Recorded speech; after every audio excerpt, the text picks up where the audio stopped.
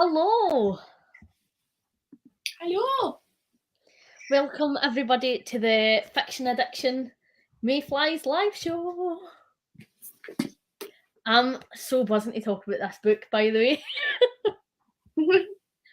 I feel like we've waited to read it for ages and ages and ages, so we've waited even longer to talk about it. Well, yeah, because we bought it when we were together, like months ago as well. I know. Yeah, it's been sitting on the shelf. Hi, Jack. Hi, Jack. Shall we just dive into some overall thoughts on the book then? Do you want to start? Overall thoughts. Yep. It wasn't quite what I'll put it down, otherwise I'll get it. It wasn't quite what I was expecting. So it did take us a little bit by surprise when we got to the second half of the book, because I wasn't expecting that to be part of the story. So yeah, I was taken a bit by surprise. See, I knew that was coming, so I wasn't surprised by that. But I had like a really similar experience to Sean, like when he says in his thoughts on it, like he didn't know if it was going to be a 3-star or a 5-star. I was the same. I really had a massive disconnect to the first part of the book, and so by the time I got to the second part, I was like, you have like the emotional pull, because I knew it was coming, and I was like, if I didn't care about these characters, like, am I going to care about what's happening? But I'm glad I managed to get attached, and it did have such an impact on me. But I think most people had that with the book, didn't they? I think most people preferred the second half of the book to the first half. And I'm not sure whether not, because you didn't really find out much about them as characters in the first half of the book, I don't think. Some of it was quite sort of superficial things, and I don't know whether, I can't figure out whether that was intentional, as in because they were so young and they didn't really know themselves, sort of, do you know what I mean, idea. Or whether it was just because it was such a short sort of time frame, like in a small part of the story. Like the book could have been a lot longer for me, probably explored more. That's a fair point. One of the big themes in the book was obviously male friendships, so we're going to chat about that. Hi, Jem. Hi, Jem. Are we allowed spoilers? We can go spoilers, all spoilers. I don't feel like you can talk about it properly without spoilers. Yeah, true. Do you want me to go first then? Go for it. Well, it's the beginning of the book, the story, sort of gave me train spotting vibes, as in there was like this group of like lads in the, like, do you know what I mean, 80s, sort of, do you know what I mean, 90s era, that was the 80s, like finding themselves, but they were in a working class like environment, but there was like, do you know what I mean, different dynamics, and they just wanted to have a good time, and sort of all of that stuff that happens. And that's when I go to the fact that was it sort of, you didn't find out much about them because that was intentional, because they didn't truly know themselves. And like friends, do you know what I mean, they go through a lot, but it's like, would they really, that's what I get the impression, because I'm not a male, but I get the impression that's what male friendships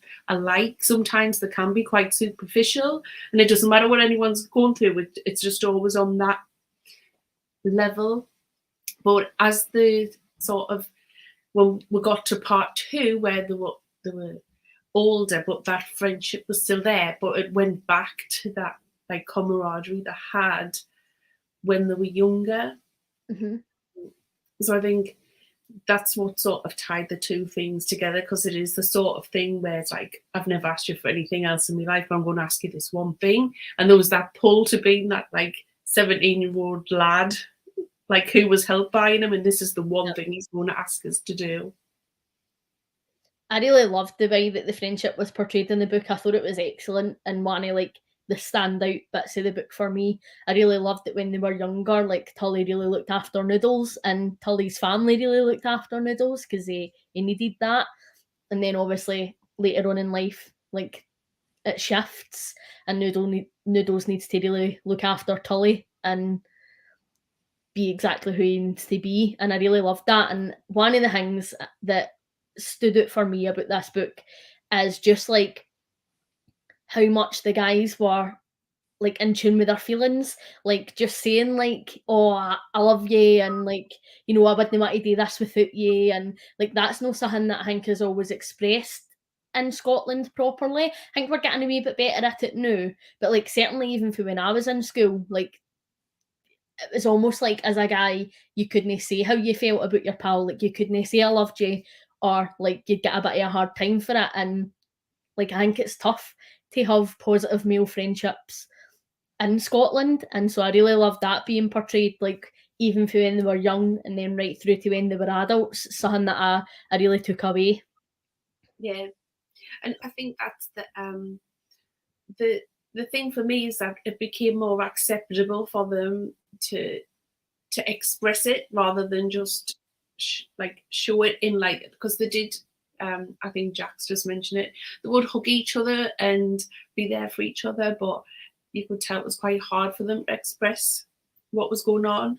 A lot of what Noodles knew about Tully was because he was there and seen it, and the same with Tully knew about Noodles because he'd experienced it with them, sort of thing. So as they got older and they had to start to communicate more, and that came through. So I did enjoy their friendship, and I think Jem might have said something similar, but the other friendships were like underdeveloped, but I don't know whether that was intentional or not. And some of the social sort of things, there was quite nuanced social aspects to that friendship group, which was explored more, but it was such a short book. It was. Jack says, it's interesting that we all seem to have similar thoughts on both parts. Also had no idea what the second part was going to be about. Simon says, I liked the first half of the first half before all of the other friends show up. I knew the second half that he was going to be diagnosed. Do you know what I mean? But I didn't see the story that would. I thought we were going to go through another one of those battling through it as friends. So the ask of them was really interesting, and I've never read anything that's explored that before. Jem says, yes, Simon, agree. When it was focused on Tully, I really enjoyed it. And Jack says, yes, Simon, Tully and his family were great. Jem says, I think that the friendship between Noodles and Tully was well done throughout the book, but the other friendships were underdeveloped for me. I would agree with that. I didn't really feel like there was even a need for the other characters to be there, because I didn't feel like they added much. I think that if they weren't there and we just focused on Noodles and Tully, the book wouldn't have changed massively for me. I think that it was wasted page time. Jack says I like that they would hug each other. James says too short, needed another 100 pages for me. And Simon says, agree, I didn't care about the other friends, even when one of them died. I think that for me, that was what needed to be explored a little bit more. And I think that they were so underdeveloped that I can't even remember the name of him, and I should have really wrote it down. But he came from a more affluent family. He's the first one to succumb to the drug addiction and die. So that stereotype was flipped in this book, and I think there was like a missed opportunity to explore that a little bit more. If we had another like 100, 150 pages, maybe have this bit, and then that bit, that like having that bit in between how they dealt with that as a friendship group. But you know, Jack says I couldn't tell any of them. I couldn't tell any of them apart really. And Simon says thingy and what's his face. So will we talk about some of the social mobility aspects of it then? I know that that's something that you specifically wanted to talk about. Yeah, because I think that the story overall showed that from the working class background that they had, how they had sort of through education they both had good social aspect, like social, or what we call like middle class jobs now, like a writer, do you mean a teacher? And Tully got to be a teacher through that sideways route where you're at school and because you're in that working class environment, it's like you can't afford to go to university. Do you know what I mean? Even when it was free, because even though it was free back then in the 80s, you still then had to move away from home, find somewhere to live. Sort of, there was then some pressures on, but what's your wider family going to do? Because you needed to go and get a job and give some of that money to your family overall. And I went to school with people in similar situations that when we had our school union, that they'd gone off into one route and got a job and done all that, but as adults they'd gone through education and sort of changed the career path. So I think that's something that's not really talked about when they talk about the divide them into working class people and sort of intelligent working class people. But the sort of Tully was intelligent yet needed to have a job, went on to be a teacher. And I think the way back the teachers decided this as well, because I don't think anybody at school thought Tully needs to do this, where they were all thinking there's something special about Noodles and he needs to do that. And it sort of came through that way. Something else that I thought was interesting was when Noodles' teacher spoke to him and was like, Ken, like, you need to go to uni, you're a weirdo. Like, and weirdos need to get out. Like, I felt that in my soul. But also then, like, Tully's reaction to that, because although he was happy for him, and he obviously loved him, and this is what he wanted for him, like, I think you could tell he was a wee bit gutted and, like, he felt like he was getting left behind a bit.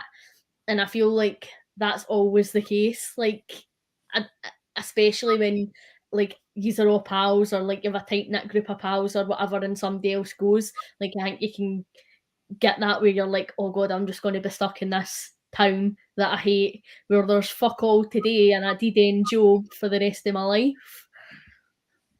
And I think it's then how other people see you, because even though people see that that's what you need to do, when you do it, you can have this like reaction to the fact that you've actually done it. So especially if you move away and come back, or if people move away completely, it's sort of this idea, well, he's now too good for us, or do you know what I mean?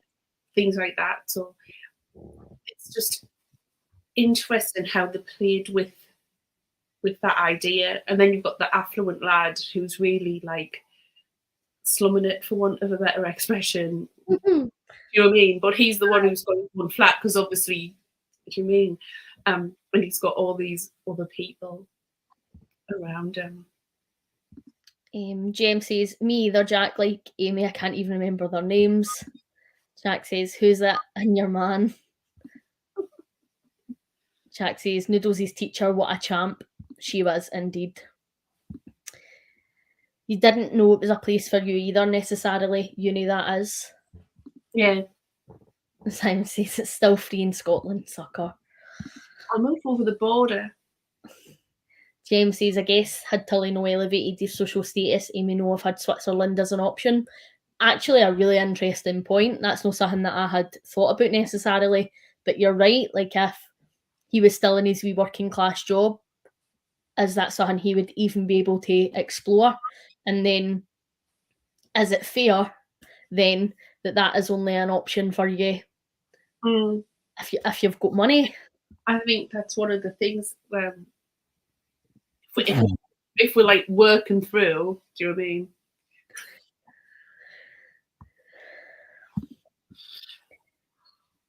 You can't take them seriously. Do not move to Scotland.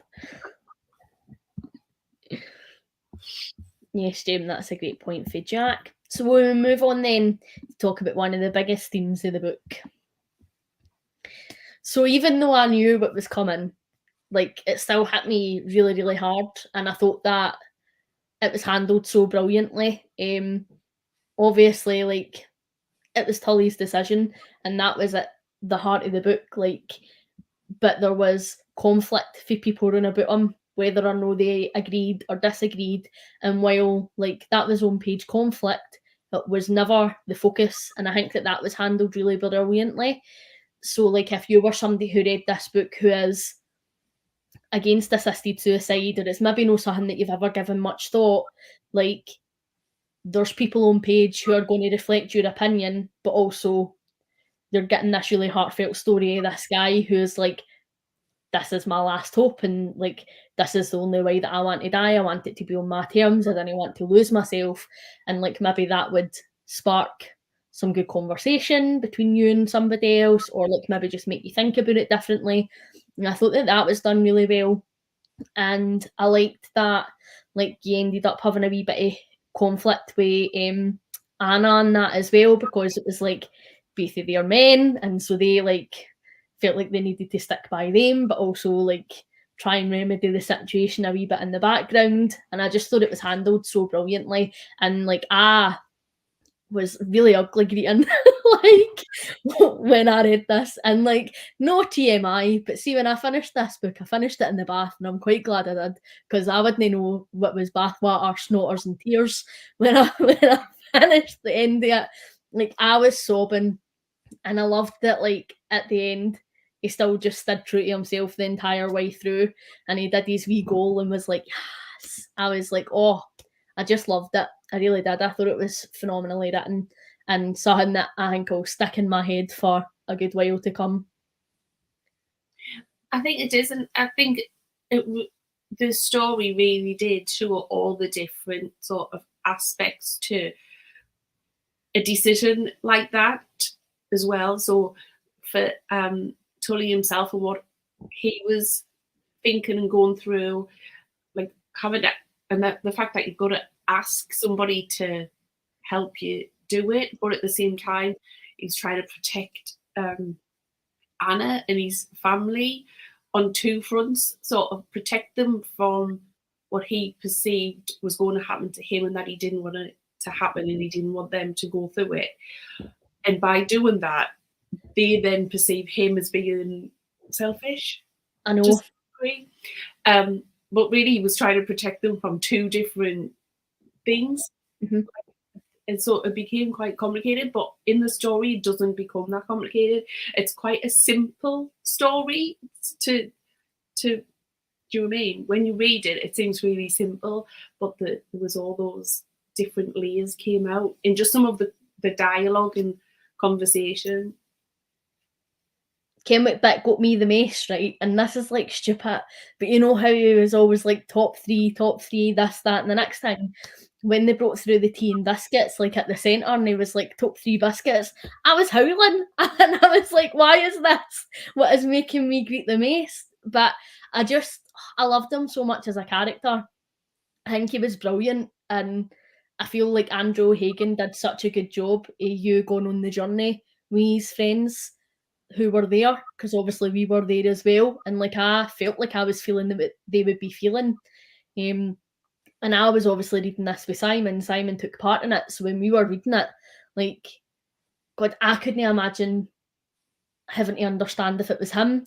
Like, and although I agreed with Tully's decision, like, I was also, like, I could see it from Anna's point of view as well. And, oh, it was brilliant. Like, you just get everybody's opinions and feelings, but, like, Tully was all that mattered. Yeah. I had to put it down when I read the bit, you know, when in the restaurant at the end, it's just like, yeah, but you're not going to be a widow tomorrow. Because everybody was having an opinion, and it was all about Tully. And so that it's sort of, it is, do you know what I mean? But then I think you've young got to remember that her whole life will shift completely. And her trying to control that to some degree, and sort of saying, well, but I will do it for you, like, because if you love somebody, you say, yes, I will, I'll be there, and I'll do this and I'll do that and whatever. But someone's saying, but I don't want you to. And it's that conflict, isn't it? Like, so I had to put it down at that point. I was like, poor Anna, no one's thinking Anna. James says it was a beautiful ending. Jack says the right to die was handled extremely well and in a really sensitive way. You can understand that his wife wouldn't want him to give up, but Tully's whole life was about control, and so he needed to control the ending of his life was fitting. Simon says, I thought Anna was portrayed brilliantly in the adaptation and was underserved in the book. You're not a focal character, and that's fair. James says there is no manual on how to die, and I think that O'Hagan really nailed the concept. No matter what Tully did, someone was losing. I agree, but like I totally saw it. It totally made sense for Tully, like, and that's how he would have wanted it. Yeah, and I think that that's what's important ultimately in situations like that, is it's about that person and like how they choose, and it isn't about everybody else, and the book did that brilliantly. I agree.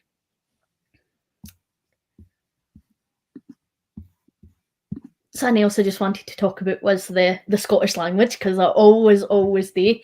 Yeah, I just always think it's brilliant when Scottish authors use Scottish language in there, and I didn't feel like, sometimes I think there can be like a whole mishmash of it in there, and I didn't feel like there was this time, but there was like enough of it, and I really enjoyed that element of it. Specifically the whole top 3 thing, because I didn't know, right, if this is just a Scottish thing, but like we do this all the time in my family, and maybe that's why like that made me quite as emotional as it did.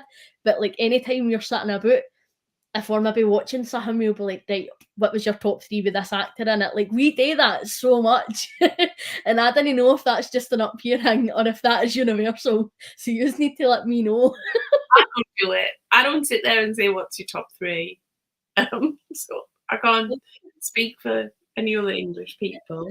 At Christmas, when we were through mums, like my mum was like to me and Simon, top 3 Christmas films. Like, and we just do it all the time, like top 3 things to get for the Chinese. I don't know why. A lad thing, whether it was the thing where a group of lads are just sitting, do you know what I mean? And so to keep the conversation going, they'll then say like top whatever, like favorite, like, do you know what I mean? And James will be like, yeah, so. But I do enjoy it when the sort of the different accents come out as well. I think when they went to Manchester as well, having the different accents in it, in the language. Simon says, I agree with you, mate. The ending was brilliant in a way, keeping Tully true to himself to the end. One of the most Scottish bits in the book for me, I feel, was when they were at the restaurant, when they were in Switzerland, and like they're talking about all these famous composers, and he's like, oh, you know, he was in the YT, and I just really loved that. I was in absolute hysterics. Like that is just like peak Scottish humour, and I thoroughly loved that. I just thought it was brilliant. Obviously, I'm a wee bit biased, but I really did enjoy that. I think the humour in it overall, the first part, the part that what kept us reading through the first part was some of the like funny things that were happening to them when they were there, and sort of poking fun at sort of Manchester itself. I think that it was northern, because I do that. Like, you live south of me, you know, do you know what I mean? You can't be king of the north when we're still Northumberland people. So it's like it's sort of that humour about it, like the story about when they're seeing Morrissey and Johnny Marr. Do you know what I mean? And sort of what I enjoyed about that was the view that Andrew O'Hagan put out there of like all these bands and whatever, but you know what I mean, they're going to Rolls Royce. They were nothing like the people that they were, but they were still portraying themselves as like working class, and they're not.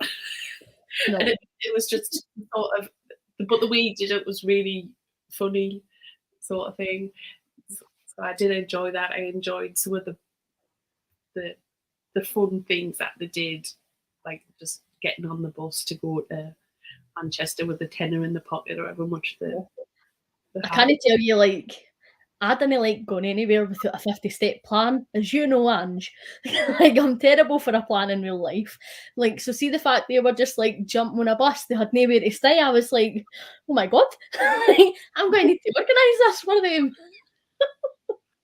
But I think it portrayed the 80s well, but then it also portrayed what it's like now, and that actually the social structure hasn't changed that much at all. Mm-hmm. Just in a different tax bracket. Jack says top 3 or top 5 or whatever lists are always great fun. Top 3 Scottish slang phrases. Defo ball bag. I mean, I say that now. Ken what? And I say A all the time. And that's like a dead out my way thing. Simon doesn't say A, and he slags me off for it all the time. And when you say no at the end of sentences, because we've had this at work with our Scottish colleagues, and James, one of the Scottish colleagues, would talk, and he would say something, and then he would go no, and then I would go yeah, and I understood that when he was saying no, he meant like I know what I mean. Ken what I mean? No. Yeah, no.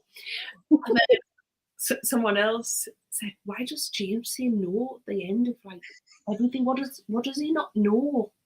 Like, what's he? But like, it's like no. He means no. Like, that's the end of my sentence. You know, like you understand." And they were like, "I don't understand." What a funny breed. James says, I have to admit, it took me a hot minute to get used to the Scottishness. I audioed it, so I had to get my ear in. That's fair. Jack says, I'll be honest, having gone for Shuggy Bean straight into Mayflies, I barely noticed the Scottishness. That's also fair. Mayflies was a posher Scottishness. That bit with the Smiths in the car was funny. One of the other things that I wanted to talk about, and something that I took away from the book, was reflecting on your life through passions. And that's something that I think was really prevalent throughout the book. Like, obviously, they were so passionate about their music and their film, and so there was like loads of that threaded through. And like, there's a bit, and I'm sure it again is when they're in Switzerland and they're talking about memories and stuff. And Tully says it's not just about the memories, it's about the music and it's about the films we watched and the books we read. And I just really loved that. I had never thought about it like that. Like, all these things that you're consuming, no matter what it is, like they make up your life. And I just really loved that. Like, it's not something that I've ever given much thought before, but like, of course it is. And I just thought it was really lovely. Well, in the second part, I loved the homage to The Godfather, because The Godfather 2 was still my favourite film probably of all time. You know what I mean?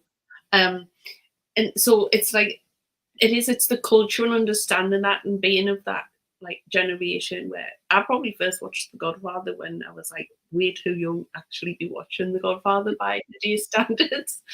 And so it's sort of like reflecting back on how you were influenced, what sort of things that you enjoyed doing, the different music that you would listen to, but how that it impacts on you. And I think especially the way that they talk, because they went from the Manchester of the 80s, listening to all these 80s things, and by the time they were in Switzerland, it was like he listens to his classical music on a morning and he does these, like, do you know what I mean, his motivations and his meditations, and it's like, but it all stems from those things. It's just those building blocks of them, but they always seem to go back to the youth and what we were like when we were younger.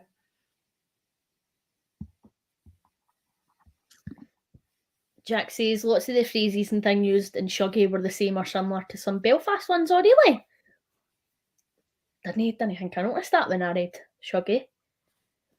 I suppose, like, it's 20 minutes worth of water fares, isn't it? So that's fair enough. Gorgeous idea, mate. The music and stories are such a huge part of our lives, and those are important and meaningful connections you have with your friends and family. Definitely agree. The last thing really to talk about then is, did anybody watch the adaptation? I did. And what did you think of it? I think the adaptation was more part 2. So although it sort of went back and there was the cultural things from part 1, I think the way that adaptation sort of just mixed that together. And I did enjoy the way that they focused on the relationship between Noodles and Tully, and sort of the immediate family. There wasn't really that much of other things, but I think in 3 hours to do with justice, that's what they needed to do, sort of trim out, for a short book as well, to trim out some of the overarching story. But it was sad. I found it sad. Jill said I'm not allowed to pick something to watch. I think that's a question for deals. Like, I watch TV for entertainment. It was only 2 hours, wasn't it? It wasn't 3 hours, so again. No, it was only 2. Wasn't too bad. I'm choosing the next thing to watch. I really enjoyed it. James no watched it yet, but I don't think we can spoil anything because I can't spoil it. a lift and shift. I thought the casting was brilliantly in the adaptation. I was like so blown away with that. I don't think, like, I was thinking about it afterwards, and me and Simon were sort of chatting about it, and I don't think there would be anybody in it that I'd like, right, actually we could have swapped them out, and I think maybe they would have been better. I thought it was done excellently. I really enjoyed it. Yeah, I think when in your mind's eye, this is what the people will like, sort of thing, character description wise, and they portrayed them really, really well. But I think overall, it was sort of about the friendships that they got back, friendship sort of dynamic. Yeah, be right as actors. I think that's everything I've got to say on it. Anything else you would like to add? I actually made notes this time. Oh wow, very organised. But I think we've gone through it all, haven't we? But yeah, and I just needed it to be longer because I wanted it to delve more into some of the things along the way, issues, and yep. But I think overall, I gave it 5 stars. I was the same. I ended up giving it a 5-star because I just felt like the emotional impact that it had on me, it merited it being a 5-star, even though I didn't like the first half of the book very much. Like, I still felt like the second half made up for it. So, well, when I was reading the first half of the book, I don't know whether that's it. I was like similar because I just got these vibes out. It was like Irvin Welsh, like quite train spot. Like, I had this thing about this is just like train spotting, but he sent them to Manchester rather than being Edinburgh. You're just getting this like group of misfit lads who do funny things. Do you know what I mean? Like the drinking and the different music and cultural references in it. Thinking so, and then because in my head I didn't know what the second part was about. I was thinking, like, am I going to be bothered? Like, this is horrible. Am I going to be bothered that one of them is going to get this life-threatening illness and they're going to have to help him through? Like, is that their journey? Like, but then when I got the second part and it was like, I want you to help us do this. I've done all these things. You didn't ask you for anything. Do it. I was like, whoa, this is why it's a 5-star book. Simon says, sensational casting, really the book and show are on par, and both use the medium to its best. I really enjoyed it, even though it wasn't a perfect book for me, so I'm glad you guys picked it for the first book from Jem. Jack says, the flashback structure as opposed to starting with the 80s section and bringing it up to now is a good choice because the audience connection with the older Noodles and Polly is important. I would agree with that. And Simon says, Manchester is the England branch of Glasgow, to be fair. Is it? According to Simon. He just makes these things up as he goes along, isn't he? You know, pretty much. So then next month... Was it worth the wait, Amy? Because we waited months and months and months. It was worth the wait for me. Aye, definitely. Definitely. What about for you? Yeah. It was a good start. So next month's book is your pick. Yeah, reread for me. No pressure on me then, is there? Let me see. Same copy. Is yours a hardback? Yeah. Very nice. I am not sure how I feel going into this. I think it will be an interesting read. My nails match this book now.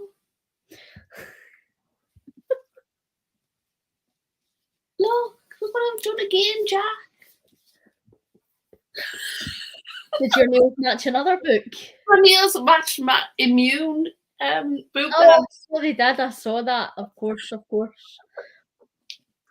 Are you only picking books recently that match your nails? Or maybe because I don't know whether because I know this is the next book when I go and she'll say, "Oh, what colour shall we do?" No, like I don't know what's going on. I'm a little bit worried now that you're apprehensive.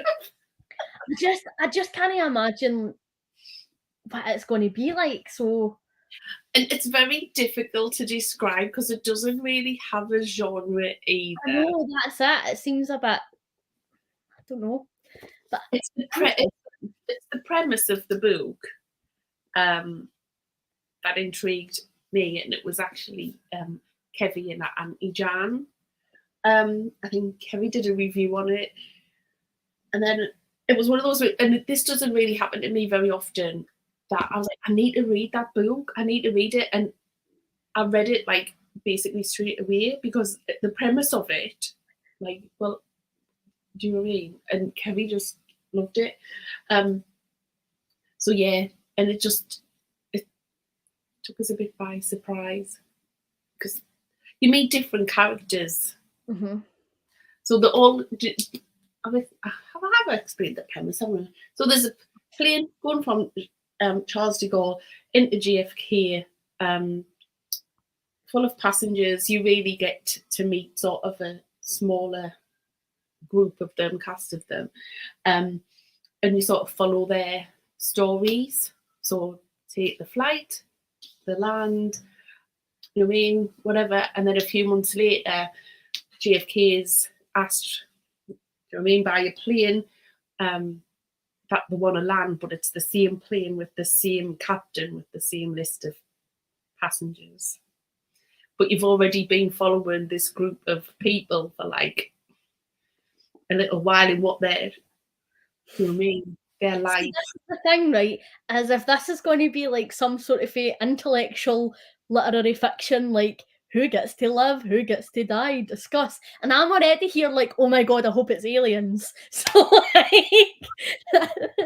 well, this book, it goes across all the different genres because there's some thriller in there, there's some literary fiction in there, there's some sci-fi in there, there's like all the different characters. Like it's really difficult to describe.